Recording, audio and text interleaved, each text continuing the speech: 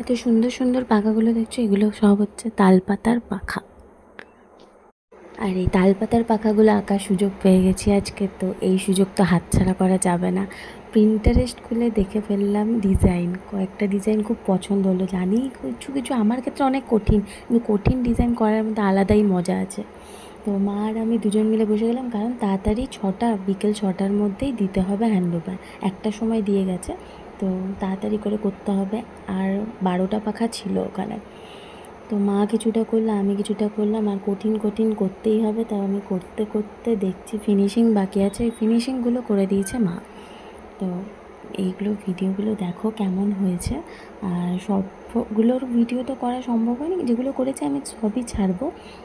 আর সব কটার ফটো সামনেই দেওয়া ছিল, আর একবার দেখে নিতে পারো।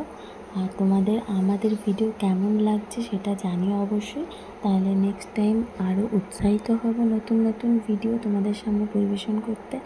টাটা, আজকের মতন।